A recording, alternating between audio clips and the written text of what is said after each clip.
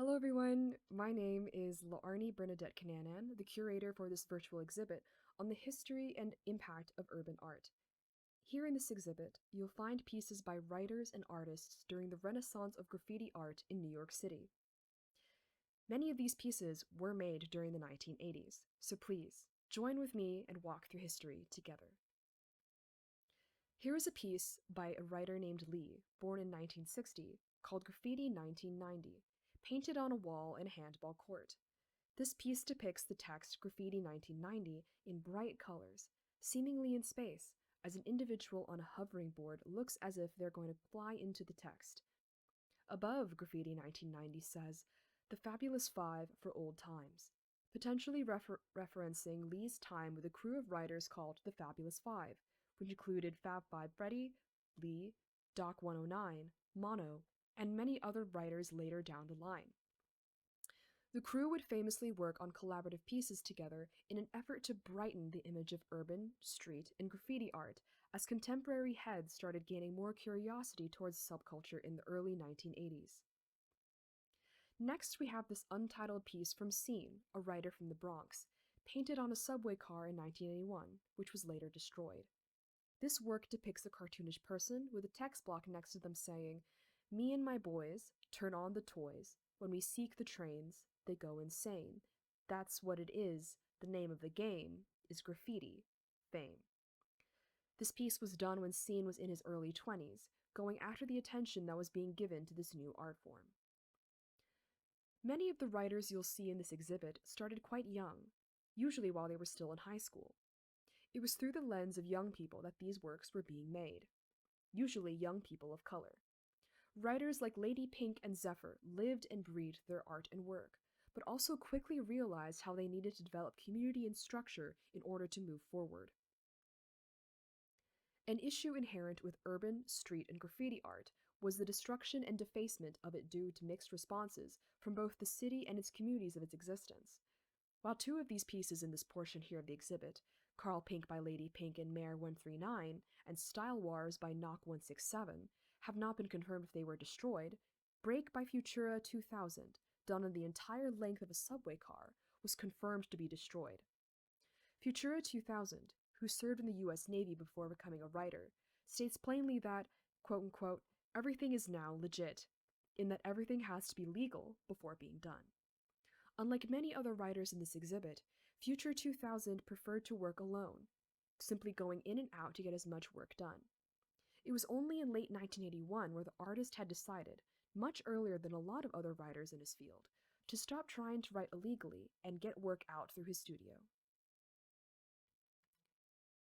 On the other side of the discussion of continuing writing on subway cars and alleyways, Lee spoke his point of view in this piece with the text reading, "There was once a time when the Lexington was a beautiful line, when children of the ghetto expressed with art, not with crime.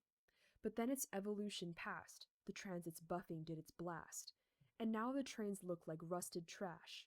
Now we wonder if graffiti will ever last." While it was true that the writers in this era had sustained a lot of attention from all avenues, there were some with a very narrow and stereotypical view of graffiti being primitive, and only really related to music scenes and culture like hip-hop. This view deteriorated a lot of writers' motivation to, quote unquote, make it into contemporary and fine art, as many writers wanted to stay true and authentic to their roots of making their pieces publicly accessible and visible, versus behind glass cases in private collections. Both of these works are done by writers with their likeness and expression on canvas.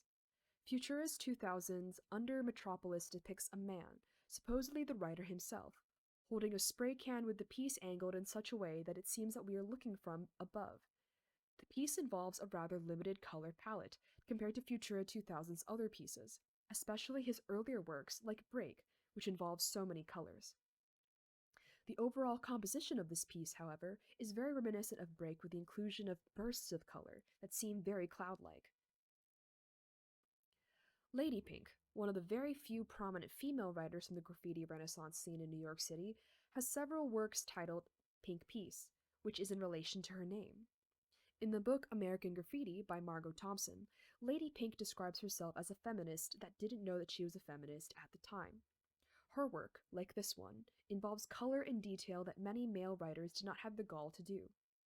Lady Pink describes how Lee, who she dated for several years, chose the name Pink for her so that other writers would know that she was a woman making these incredible pieces.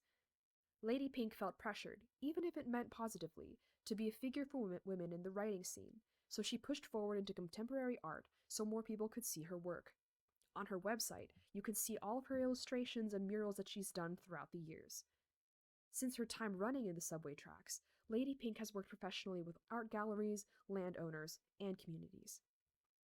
Many writers like Lady Pink and Futura 2000 had role models of their own, despite being thought of as the pioneers of the graffiti renaissance, such as Andy Warhol and Jean-Michel Basquiat. Basquiat, along with Al Diaz, created the name and project of Samo, where the tag would be written in all sorts of places with text commentary on various issues, be it societal, social, cultural, or economical. With this piece here on the left, there is a tag of Samo followed by the text, "For those of us who merely tolerate civilization," under two placards that say, "I am man. I eat, I nap, I pee, I mate, I weep in pain, and in time, I die," in red.